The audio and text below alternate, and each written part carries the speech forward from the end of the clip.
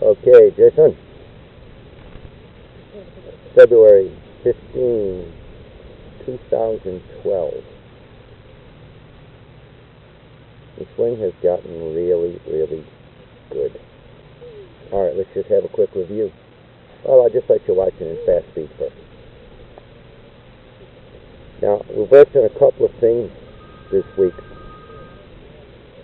One of them is to get the stutter out of your right hip, to completely get onto your left side and get your right pocket matched up with the shaft through the ball. So if we just look at your setup is practically perfect. Obviously your right shoulder is lower than your left because your right hand is lower than your left. Your hips are on the same pitch as your shoulders, so you've got your shirt buttons and your zipper in the same line. Thigh bones sitting on top of your shin bones, so we've got the ankle, the knee, and the hip joint are able to articulate. The only thing that's not perfect is your cameras are a little bit offset. With the exception of that, it's beautiful. Now, watch how easy your upper body glides off of your lower body on a takeaway. This is perfect. So we've got half a shoulder turn. Now, when your left hip turns around your right leg, clearly there's no swaying or reversing. Your feet are still 50-50.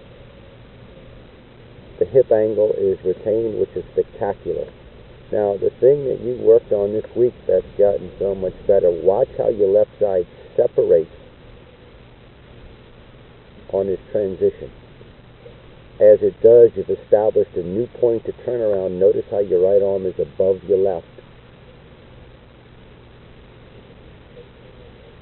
Hands are in front of your right leg. Clearly your shirt buttons and your zipper are stacked up. You've retained your original spine angle. Obviously the second club face, the back of your left hand, is going to compress the ball. So as you know, we talk about the 5 club faces to the swing. The first club face is the golf club. It's going to compress the ball, make a divot in front of the ball. Second club face, third club face, fourth club face, fifth club face is the inside of your leg. So we're going to get all of these 5 club faces hitting the ball in the same direction at the same time.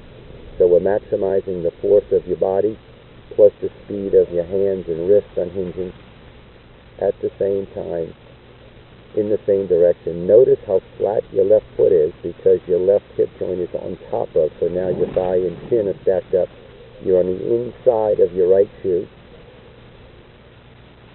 The right pocket is replacing the left. The shaft basically the same distance it was at address. The only thing that I want to adjust here is to let your face release. We want your nose to stay in line with your shirt button.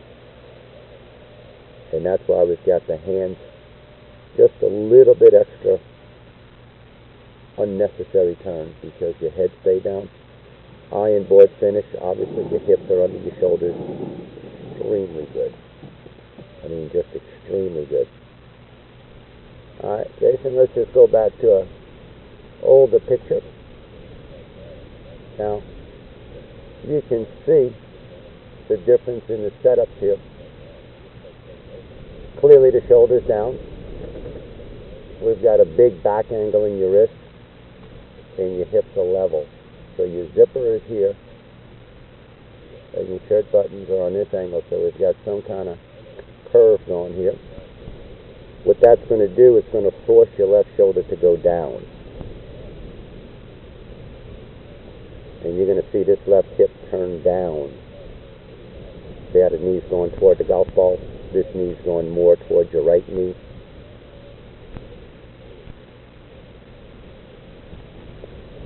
It's an interesting picture in so much as we can see the right hip is going up a little bit. See how much your shoulders covered your face? Look at the difference in the height of your hands if you want to know how much extra arm motion you had. From here, your hips have to slide forward. So now, your hips are going right past the ball and the club head's still in the air.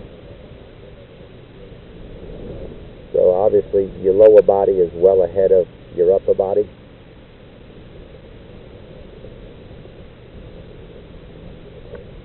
Now, You can see how much your left hip is turned and it's starting to go backwards. Your release point and that, as far as that's concerned, is quite good. Club head is closed because the club passed your hand. Now we're going to see the trauma, and you can see how much weight's on your toe. You can see your heel has spun back. And obviously your face has ducked so your right shoulder cannot finish the swing. Now your arms are going to fly off of your body, and we're going to see the trauma come out of your pelvis right here. This is a hard move on your knee because your center of mass is still between your feet.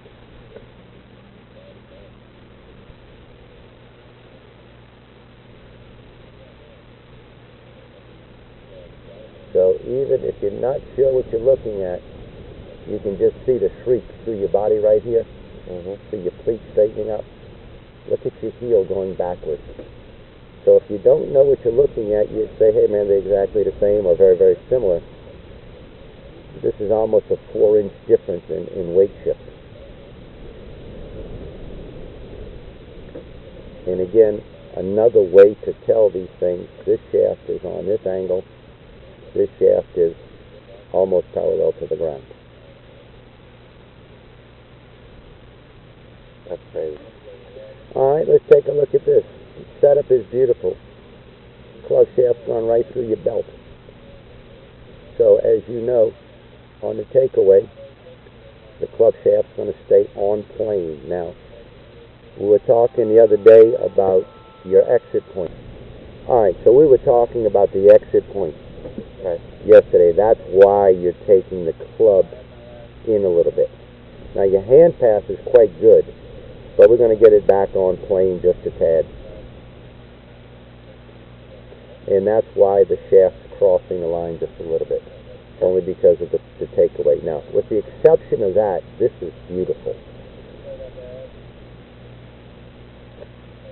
And then, of course, on a downswing, your hands in the shaft get parallel to the shaft plane again. They're going back in the box where they started.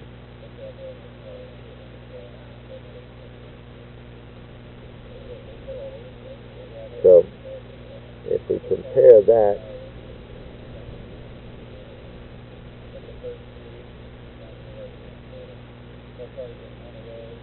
to a older swing, you can see the difference in the posture just off of that.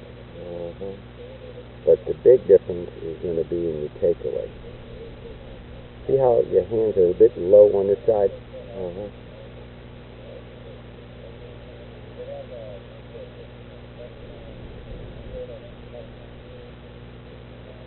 So the depth of your backswing is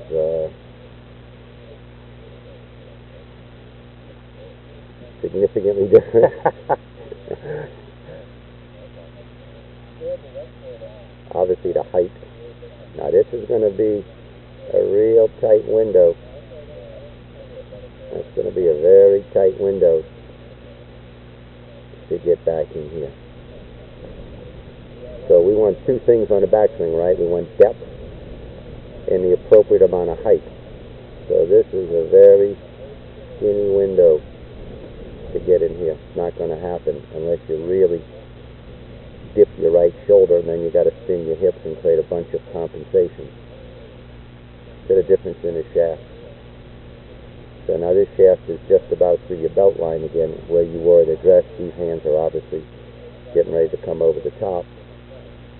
Now, being a skilled player, you're going to reroute your body and stand up and jerk the left shoulder to the sky to save the pass.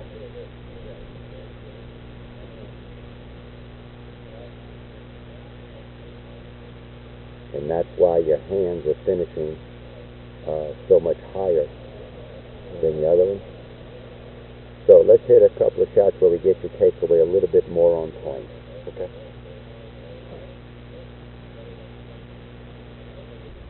All right, Jay, so let's have another review here.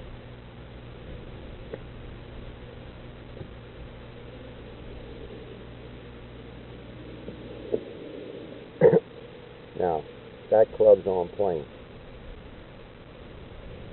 So when it's parallel to the floor, all we're seeing are hands and club head, no shaft. And of course now your hands, even though your elbow's bending, they're still going parallel to the plane. So at the top of your swing, clearly the shaft is perfect. It's in the center of your elbows. Your forearm is parallel to your spine. Where obviously the old picture on the right, the hands rolled out, shaft got behind you, hands are not anywhere near the plane, and they're just basically going vertical. That's why there's the overrun at the top. That's why your hip raised. This is a big, big picture here. Because you're a skilled player, you know you're well above the plane. And so you're going to make a last-ditch effort to try to recoup that. Now watch how your right hip jumps out so that your right shoulder can jump in. Now look at this one on the right. Because you're so much closer to the plane, you don't have to distort your lower body.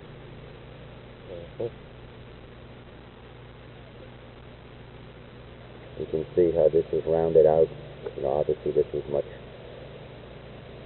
And you can just see right here how you're standing out of your stomach. This is going to force your head to stay down because your head is following the curve of your spine. Here, obviously your nose is in line with your shirt buttons. There's no way your face is going to prevent you from finishing your swing. This guy's still looking at the floor. This one you can finish your swing. So when any time a person's head stays down, it's not so much that they want to keep their head down, it's their spine that forces it to stay down.